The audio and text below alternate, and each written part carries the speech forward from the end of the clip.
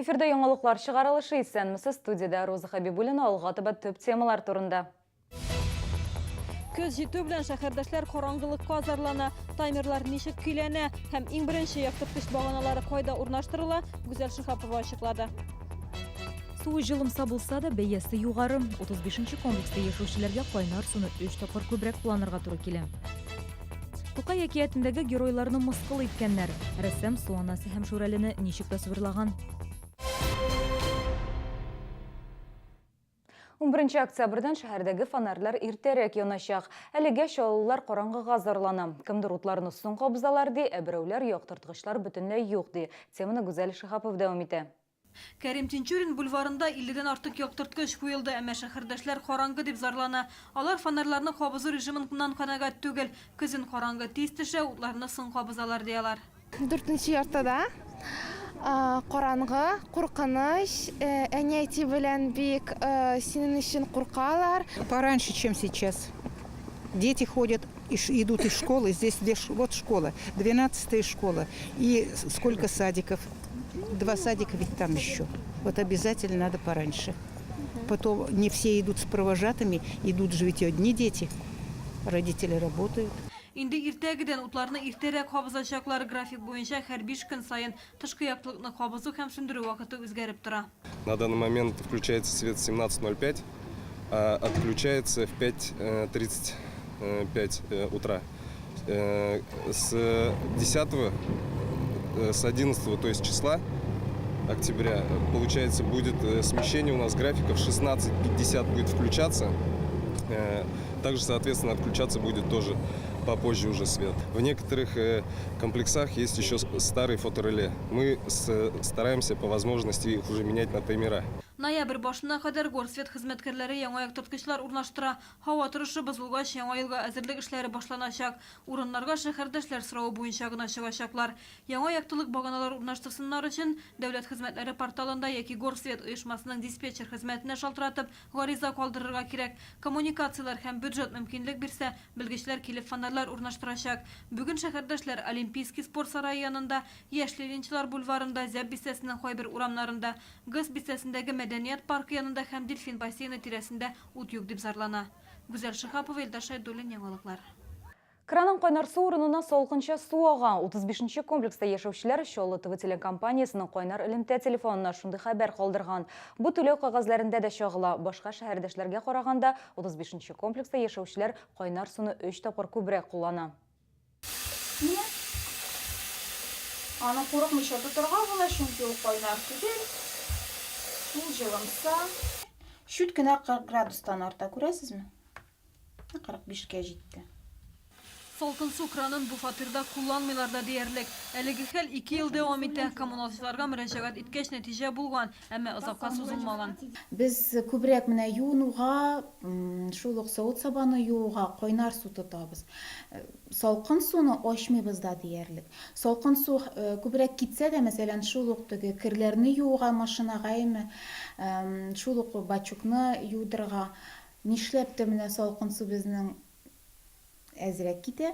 Санпин нормалары буенча кайнар суның температурасы 60 градустан түбән, 75 градустан югары булырга тиеш түгел.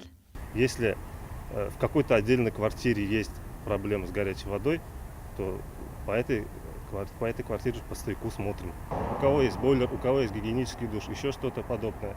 То есть на момент того, чтобы они были установлены в соответствии с правилами, чтобы они не создавали подмес и чтобы у нас горячая вода была стабильна. Тикшерү үткәрү өчен фатир хуҗасы гариза калдырырга тиеш. Аны 51-40 номеры буенча шалтыратып калдырырга мөмкин. Яңадан исәпләү буенча, әгәр кайнар суның температурасы 40 градустан кимрәк булса, ул салкын булып исәпләнәчәк. Әмма рәсми рәвештә моны раслаган вакыт аралыгы гына санала. Гүзәл Шихапова, Луиза Сафуанова, Ленар Султанов, яңалыклар. 18 октябрьдә шәһәрдәшләрне федераль антимонополь хезмәт идарәсе җитәкчесе кабул итә. Александр Груничев белән очрашу Сәүдә сәнәгать палатасында 49-20 адресы буенча иртәнге 10-да башланачак. Язылу өчен телефон номерын экраннарда күрәсез. Сорауларны шулай ук алдан электрон почтага җибәрергә мөмкин. Әгәр әлеге телефон номерына шалтырата алмасагыз, башкарма комитетының эшмәкәрлекне үстерү һәм ярдәм итү бүлегенә мөрәҗәгать итегез. Мәскәү проспектындағына түгел энергетиклар мәдәниет сарайында орнашқан жерасты шашығы юлында да түзіклендіру бара. Береде ремонт эшләренә октябрь башында кіріштілер. Есігізге төшерәм, берничә ел дәвамында әлеге жерасты кишу юлы капиталь ремонт буенча дәүләт программаларына кертелмәде. Береде юл белән бәйле рәвештә жерасты шашығы юлында түбә белән проблемалар да бар иде. Хәзер әлеге урында эшмәкәрлек алып баручы Җавид Шейх төзекләндерүче үз акчасына башкара. Ремонттан соң да сәүдә киосклары куелачак, банкоматлар урнаштырылачак дип белдерде ул телефон аша сөйләшүдә. Жерасты кишу юлында бушлай интернет уздыруда күздә тотыла. Россияның баш санитар табибы карарының срогы чыкты. Бүгеннән фанфориклар кабат сатуда. Исегезгә төшерәм, аларны сатуны узган ел азагында тыйдылар. Әлеге мораторийның нәтиҗәләре Чаллыда да сизелде. Алкоголь инспекциясе белгечләре һәм полиция хезмәткәрләре фанфориклар белән актив көрәш алып барды. Сентябрь аенда шәһәр өчен рекордлы составында спирт булган 32 тонна эчемлекне кулланудан алдылар. Шул рәвешле күпләп сату базасында фанфориклар таратучы эре каналны яптылар. Сентябрь азагында башкарма комитетта муниципаль милеккә караган корылмаларда фанфориклар сатуны тыйды. Шүрәле һәм су анасы мәхәббәтен прокуратура тикшерә. Шәһәрдәшебез Габдулла Тукай әкиятләре персонажларын икенче сюжет геройлары итеп сурәтләгән. Данил Әхмәтшин су анасын чишендереп тасвирлаган. Рәсемнәрдә ул Шүрәле белән җинси мөнәсәбәтләргә кергән. Данил Әхмәтшин рәссамнар арасында танылган шәхес, хезмәттәшләре әлеге вакыйга турында белә. Рәссамны хуплаучылар да бар. Мисал өчен Хәмзә Шарипов рәсемнәрдә бары тик мәхәббәт сурәтләнгән ди. Я, когда увидел его работы, я был очень обрадовался, удивился, то, что среди татарской молодежи появились такие художники. Потому что он мало того, что берет национальную тематику, но он вносит в нее совершенно новые восприятия. Су анасы һәм Шүрәленең мәхәббәтен төрле товарларга төшереп өлгергәннәр. Казандагы кибетләрнең берсе мондый продукцияны сатуга да куйган. Алар популярлык казанган. Прокуратура Республики Татарстан организовала проверку в связи с информацией в ряде СМИ о появившихся в Казани сумках с фривольным изображением героев татарских произведений. В случае подтверждения этой информации и выявления нарушений законодательства будут приняты предусмотренные законом меры прокурорского реагирования. Рәссам үзе элемтәгә керми. Данил Әхмәтшин иҗат иткәндә әлеге рәсемнәр халык арасында зур тавыш куптарыр дип уйламагандыр мөгаен. Гүзәл Шихапова, Ксения Антонова, Сергей Вильданов, яңалыклар. Әмне Чаллы Курчак театрында яңа елда су анасын татар фольклоры белән бәйләп яңа спектакль куярга телиләр. Беренче тапкыр Чаллы Курчаклары татарча сөйләшәчәк. Әсәрдә репликалар аз, шуңа күрә әкиятне барысы да аңлаячак дип ышандырдылар артистлар. Спектакльнең рәссамы Ижаудан Денис Токарев. Соңрак репертуарларын су анасы спектакленең рус версиясе белән дә баетачаклар. Нәни тамашачыларыбызга шушы спектакльне тылсымлы һәм гыйбрәтле вакыйганы без Габдулла Тукайның туган көненә багышлап, апрель азагында тәкъдим итәрбез дип өметләнеп калабыз. Бүгенге менәшләр, мин сезнең белән сау булашам, исән сау булыгыз.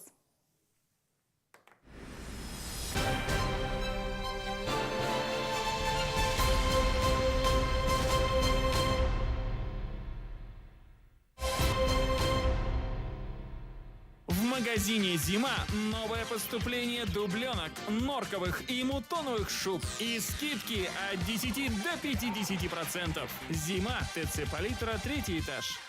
Кировская обувная фабрика предлагает к вашим услугам полную реставрацию и восстановление женской и мужской обуви, замена натяжных стелек, перетягивание колодки, реставрация меха. На все работы фабричная гарантия. Представители фабрики принимают вашу обувь на реставрацию в городе Набережные Челны каждые 2 недели. Ждем вас 11 октября в шахматно-шашечном клубе.